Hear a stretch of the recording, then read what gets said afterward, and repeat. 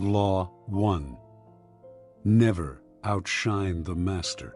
One of the laws of power, 48 laws of power, is never outshine the master. It's true.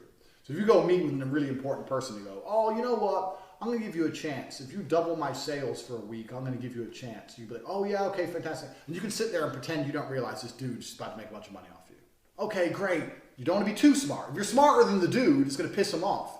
I've had this a few times myself. I've had people come to me and they say this, and I say, well, let's do it this way. And they go, no, this, and this. I'm like, bro, you're the one approaching me. I've got more money than you.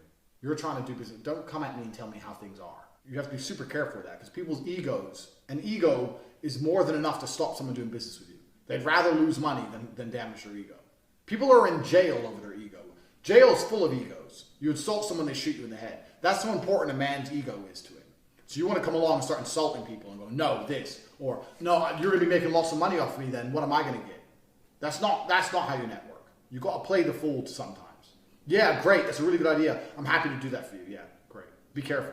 So very often people who come to you, they want something from you. If they're lower down, you have to change that to your favor. Law 2. Never put too much trust in friends. Learn how to use enemies. This was when I was young. I was about 23 years old. I had a new girlfriend. Her name was Carrie. And her ex-boyfriend, I stole her from her ex-boyfriend. And if you're a man, you understand that no woman's truly single. You're always stealing her from some other guy, or she's still half talking to her. If they're beautiful. Oh, bro, she's half talking to her ex, or she's dating 10 guys. They're always out competing other men, right?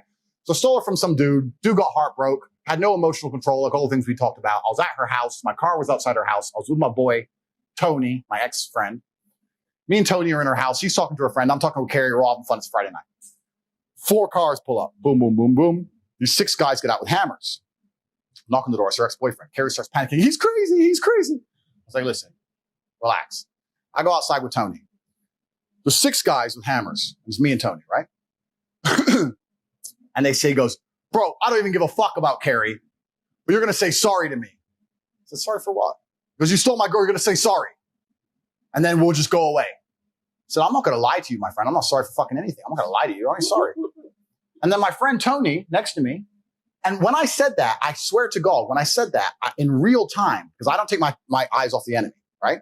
There's 6 of them, but they're all facing me directly. So I was looking in their eyes directly. When I said that, I saw all of their eyes go, shit. You ain't going to say sorry. So now we have to actually attack him with hammers.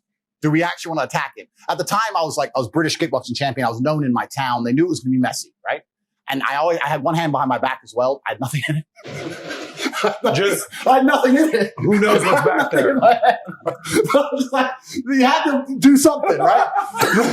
So they're looking at me and they're like, fuck's sake. We thought he'd say sorry and he didn't. Now what do we do? And Tony pipes up. Fucking dickhead Tony. Hey man, why don't you just say sorry? And as he said that, I saw all of their faces almost lit up. Because he inspired, the other team showed weakness, inspired weakness on our side. And from complete capitulation, they were now brave again. Because Tony ran his mouth. I swear on my father's grave, I'm standing there. Tony said that. I turned, I fucking smacked him, strained his mouth, knocked him out cold. Tony, done. Tony, my own friend, my own teammate against the 6. I knocked him out cold. I don't need you now, Tony. I knocked him out. I said, fuck him and fuck you. I'm in the house. And I walked in the house and I saw them all standing around outside with hammers, look at Tony asleep, and go back in the cars and fuck off. Law 6. Court attention at all cost. You need to find a way to get attention. Because all advertising is buying attention, which is fine. But buying attention is more expensive than getting attention for free. And when I say for free, I mean free financially. Getting attention is still going to take time with your money. But you need to find a way to get attention. I think you already understand this. You already understand viral marketing, no such thing as bad press, blah, blah, blah. But finding a way to get attention is a fantastic way to start generating money. Now, what most people do is, you see a lot of people, they find ways to get attention, but they don't monetize it. So for this, I'm going to put in an example of my Star Wars thread. We're going to start putting it on the screen now. When you look at my Star Wars thread, I said something that pissed off the nerds. You can see I pissed off the nerds. Started to go viral, started to get traction. And for every single tweet afterwards, all I'm trying to do is promote my website. I'm doing it in a funny way. I'm doing it in a way that annoys them. I'm doing it in a way that's going to get some interaction. But I'm still trying to promote my website from start to finish. That is the end goal. Get attention, and then do not be afraid to shamelessly sell. Law 7. Get others to do the work for you, but always take the credit. Kind of one thing grew to another, and I moved back to England, started a webcam company, and it just exploded. I ended up with 75 girls working for me and became a multimillionaire. So that's how it went. 10. Infection. Avoid the unhappy and unlucky. Everybody understands that you're the sum of the 5 people you spend the most time with. Everybody understands that. Dan Pena. Everybody understands that. But they understand that and still hang around with fucking losers. True. It's like, is that not the ultimate mark of being a dumbass? If you understand that that's the truth and you don't curate your friendship and curate your reality, Yes. then you're a loser. Law 12. Use selective honesty and generosity to disarm your victim. Legacy to leave a positive influence on the world, and I've been doing charity work for over 5 years. Post my unfair, unjust incarceration, post that, I've made it more clear the charity work I'm doing. But this is, once again, very interesting. I spend $25 million a year feeding children. Men, male children, and female children. In Turkey, in Syria, and Iran, and Iraq, I literally spend $25 million a year feeding children. Law 13. When asking for help, appeal to people's self-interest, never to their mercy or gratitude. So you have to completely understand this and understand the mutual benefits. Nobody's going to do anything with you if there's not a benefit for them. So at the beginning, if someone's really high value, sure, let them exploit you to a degree. Make sure the benefit is in their court. But once you've proved competence, that can change quickly. Once you've proved yourself to be competent, then they're going to want you. Then things change. If you're the dude who doubled sales, they're going to want you around. Law 17. Keep others in suspense. Cultivate an air of unpredictability. And now that I'm like the most famous rich man on earth, how could I not be one of these people? I'm a climate change activist. This is what I've always wanted to be. So I am now officially letting the world know that I'm a climate change activist. Greta, let's squash the beef. I'm sorry. I'm on your team. I'm going to take a jet to Sweden, and we're going to talk about it. But I'm going to jet back in the same day so we can plan how to make sure that the losers at the bottom don't eat meat and eat the bugs and live in the pods. Then I might jet over to LA, have a conversation with Leonardo. Me and him could talk about climate change for a while. Then we'll jump on one of our jets, or we could take separate jets, it doesn't matter, and we'll fly to the Mediterranean and we'll jump on his yacht and talk about it some more. I better not see any of you, all you fans who come up to me and ask for a photo, all you people who go, oh, Top G, I'm a fan of yours, can I have a picture? If I see any of you fucks with a plastic straw, I'm going to strangle you to death on the fucking spot with my bare hands to save the earth. I'm a climate change activist of the most extreme kind, the violent kind. I'm a violent climate exchange activist. Law 25.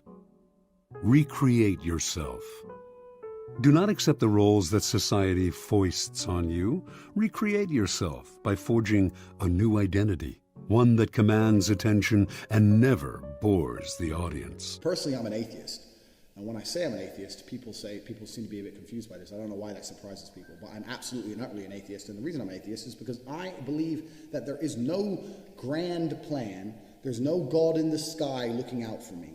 I don't believe that there's anyone here to save me on this planet or in the sky or anywhere else. Life, you're doing everything you're supposed to do, but deep inside, when you look in the mirror at night, you know you are sad. And you are sad because your soul hurts, because you need God. When God becomes your ally, then no mortal man is worth fear or even respect. I will destroy any mortal man on the planet. I fear one person, and that is God alone.